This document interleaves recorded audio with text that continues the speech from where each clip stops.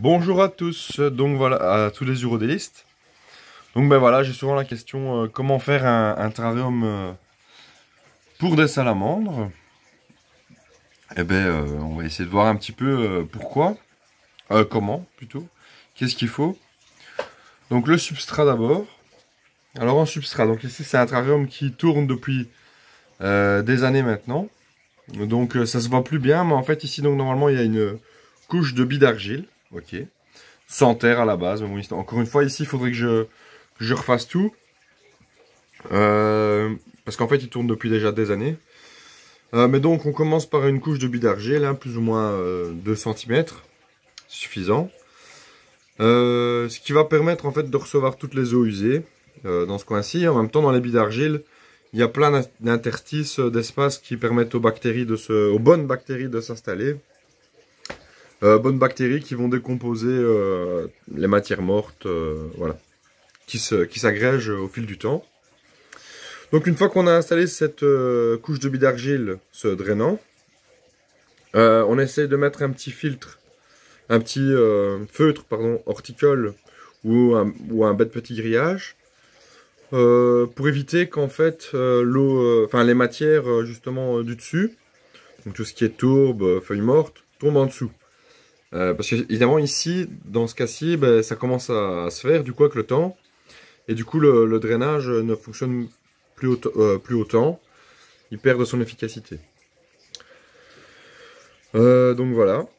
Donc un petit feutre pour bien séparer les deux parties.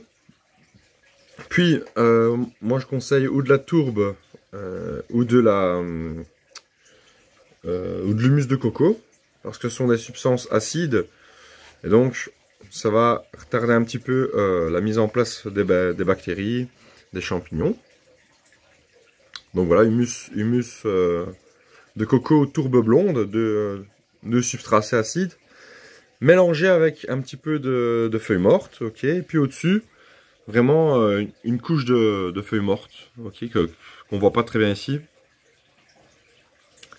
Mais vraiment une couche de feuilles mortes, hein, donc faut compter, je dirais, pour le substrat de tourbe ou d'humus, je dirais 2-3 cm. Et puis vraiment une belle couche de feuilles mortes hein, de 4 cm. Donc ce qui n'est pas le cas là, parce que bon, encore une fois, ça bouge au fil du temps. Hein. Bon, les feuilles se décomposent, et donc voilà, c'est à refaire. C'est à refaire, bien sûr. Mais voilà. Donc ça, c'était pour tout ce qui était substrat. Puis dans le terrarium, en fait, ça va dépendre de l'espèce de salamandre. Donc tout ce qui est substrat, comme je viens d'expliquer, ça fonctionne avec la plupart des espèces terrestres, ok. Après, il faut éviter de faire des généralités. Mais bon, ça fonctionne avec la plupart des espèces terrestres. Alors, un petit bac d'eau, hein, bon, propre. Un petit bac d'eau. Puis des cachettes, hein, bien sûr. Voilà, il faut qu'il y ait un certain nombre de cachettes, mais je préfère revenir sur l'intérieur du terrarium dans une autre vidéo. On va s'arrêter peut-être au substrat pour cette fois-ci. Donc le substrat, une chose importante encore à dire, c'est qu'en fait, il faut le laisser en place, un petit peu comme avec les aquariums. Hein. Il faut le laisser en place quelques jours, voire plutôt même une semaine ou 2 semaines. Le temps que, si vous voulez, toutes les bactéries trouvent leur cycle, hein, que les cycles se mettent en place. Mais aussi que les micro-organismes se développent, d'accord, donc en chytrés, vers de terre, acariens, ouais. Acariens, ainsi de suite, le temps que tout ça se développe. Donc là, c'est une salamandre, c'est une algira. Hein. Donc moi, je préconise de laisser le terra tourner. Ouais, 2 semaines, c'est bien. Voilà, 2 semaines, ça c'est top. Et après de mettre les animaux, parce qu'en fait, on a récemment fait des études là-dessus, et en tout cas pour les salamandres, hein, pour tout ce qui est amphibien, les micro-organismes de leur peau, ok, cette microfaune est liée à leur environnement. Donc ça veut dire que si vous les tenez sur papier journal, bien la microfaune de leur peau est réduite, d'accord, ou en tout cas différente. Donc voilà, c'est important. Je réfléchis s'il y a autre chose à dire sur le substrat, mais je ne pense pas. Éviter qu'il soit détrempé. Hein? Donc il peut y avoir des zones... il faut le temps que ça...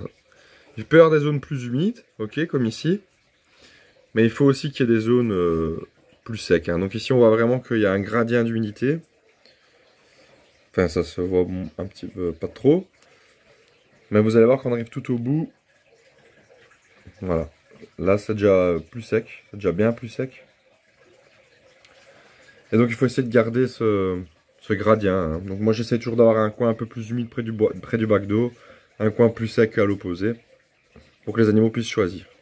Et aussi là, justement la microfaune. Même si en général elle préfère les côtés plus humides. Voilà, les feuilles mortes, oui, essayez de prendre des feuilles mortes de chêne ou de hêtre. Ok. On peut mélanger avec du châtaignier, marronnier, bien sûr, mais pas que ça, quoi. Parce que ça se décompose très vite. Ça se décompose très vite. Et en plus, ça a été aussi démontré que dans une litière composée principalement de feuilles mortes de chêne et de hêtre, il y a une microfaune beaucoup plus importante. Donc voilà. Ben, je crois qu'on a fait quand même le tour du substrat. Hein. Voilà, si j'ai des choses à redire, ben, ce sera dans une prochaine vidéo. Et donc la prochaine fois, ce qu'on verra, c'est ce qu'il y a à l'intérieur du terrarium. Voilà, merci beaucoup, au revoir.